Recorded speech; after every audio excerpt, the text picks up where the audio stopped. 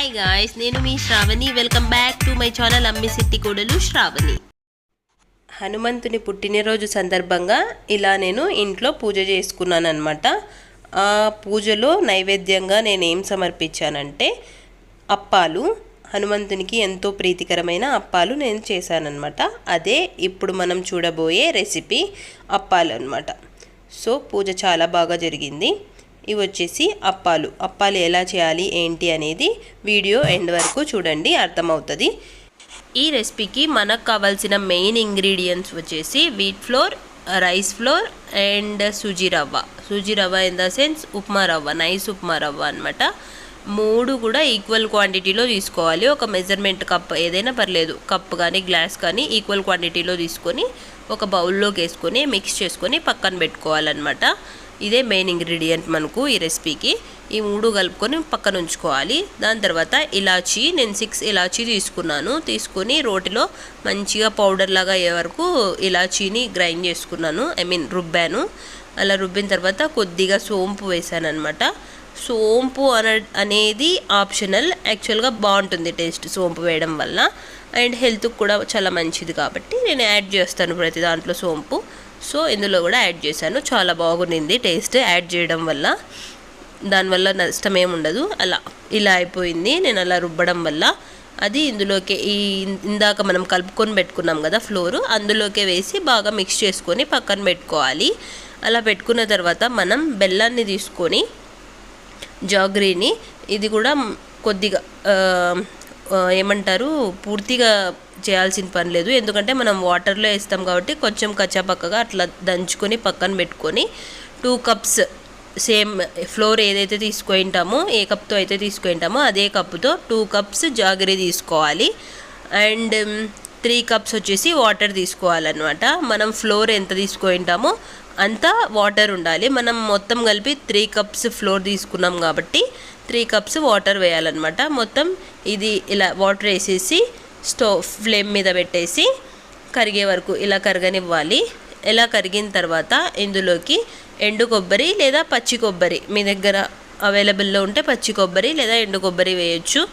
And తెల్ల నువ్వులు చాలా టేస్టీగా వస్తాయి ఇవి తగలడం వల్ల. తినేటప్పుడు 2 యాడ్ చేయండి, చాలా బాగుంటుంది. ఈ 2 యాడ్ చేసిన తర్వాత మనం ఇందాక కలిపి పెట్టుకున్నాం కదా ఫ్లోర్, మొత్తం రవ్వ 2 ఫ్లోర్స్ కలిపి, ఇలాచీ పౌడర్ కూడా ఆల్రెడీ కలిపేసాము. ఈ ఫ్లోర్ మొత్తం ఇందులోకి వేసి బాగా మిక్స్ చేయాలన్నమాట. మిక్స్ చేసేటప్పుడు చాలా జాగ్రత్తగా మిక్స్ చేయాలి. ఇప్పుడే యాక్చువల్గా నెయ్యి వేయాలి, నేను యాక్చువల్గా మర్చిపోయానప్పుడు, మళ్ళీ కొద్దిసేపు తర్వాత వేసాను, బట్ ఏం కాలేదు. ఇది హోమ్ మేడ్ ఘీ అనమాట. ఇది నేనే తయారు చేశాను, ఇంట్లో వచ్చిన మీగడతో తీసుకొనేసి చేశానమాట. చాలా బాగుంటుంది. ఒకరోజు నేను అది కూడా recipe in the sense ghee making video పెడతాను మీకు, చూడండి ఒకసారి. చాలా ఈజీ, హెల్తీగా ఉంటుంది. బయట కొనుక్కోవడంలో ఏం బాగుంటుంది, అందుకనేసి హోమ్ మేడ్ ఘీ చేశానమాట. చాలా బాగుంటుంది. నేను ఒకసారి పెడతాను రెసిపీ, చూడండి. ఇలా అవుతుంది. బాగా మిక్స్ చేసుకోవాలి. అప్పుడప్పుడు నెయ్యి తగిలించుకోవాలి, నెయ్యి వేయాలన్నమాట. అప్పుడప్పుడు నెయ్యి వేసి కొద్దిగా ఒక 5 మినిట్స్ కూడా అవసరం లేదు, 2-3 మినిట్స్ ఫ్లేమ్ మీద ఉంచి ప్లేట్ మూసి పెట్టామంటే కుక్ అయిపోతుంది అనమాట. ఇలా అయిన తర్వాత కొద్దిగా ఘీ వేసి దాన్ని చక్కగా ఇలా చేసేసిన తర్వాత ప్లేట్ క్లోజ్ చేసి పెట్టుకోవాలి. ప్లేట్ క్లోజ్ చేసిన తర్వాత ఇలా అంతా పడిచినట్టు చేసి అంత ఘీ వేసి, ఎందుకంటే అది కొద్దిగా కుక్ అవ్వాలి కదా, రవ్వ మొత్తం ఉన్నది కాబట్టి వేడి మీదనే అది మంచిగా కుక్ అవుతుంది. అండ్ ఎలాగో మనం డీప్ ఫ్రై చేస్తాము. ఇలా అంతా ఒక దాంట్లోకి తీసుకొనేసి చిన్న చిన్న బాల్స్ లాగా చేసుకొని పక్కన పెట్టుకోవాలి. కొద్దిగా గోరువెచ్చగా ఉన్నప్పుడే ఇది చేసుకోవాలి, లేదంటే గట్టిగా అవుతుంది. నేనైతే పక్కకు తీస్తూనే చేశాను, ఆల్మోస్ట్ ఆల్ చల్లగైనట్టే ఉన్నింది. అది పక్కకు తీస్తూనే చేశాను కాబట్టి బాగానే వచ్చాయి.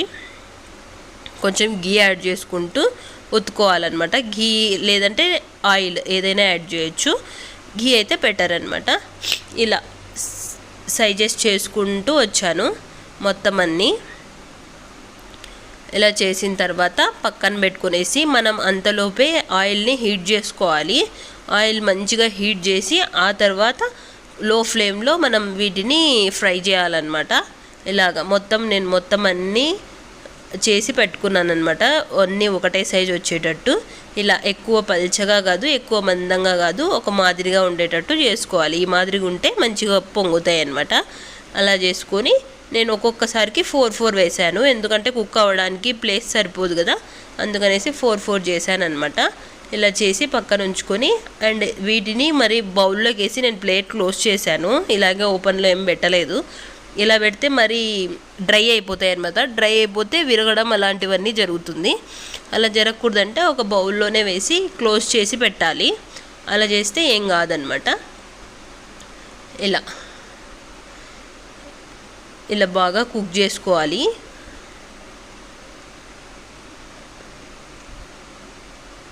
ఇలా చూడండి, బుడ్డలు వచ్చాయి కదా, పొంగడం అనమాట. నేనేమి ఇందులో బేకింగ్ సోడా ఇలాంటివి ఏంటివి యాడ్ చేయలేదండి.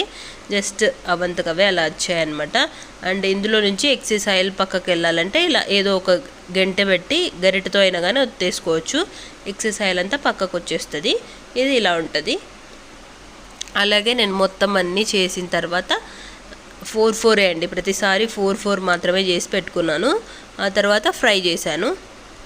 చాలా చక్కగా వచ్చాయి. టేస్ట్ విషయానికి వస్తే ఎంత బాగున్నాయంటే చూస్తారు కదా మీరే లాస్ట్లో రివ్యూ చూడండి.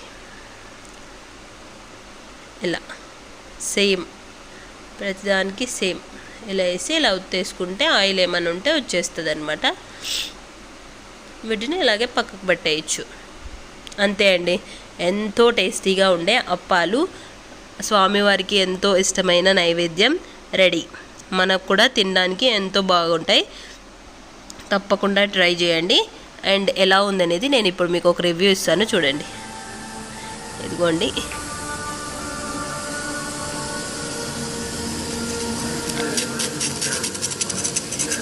క్రంచీనెస్ వింటున్నారా?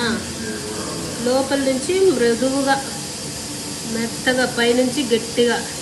టేస్ట్ అంటారా,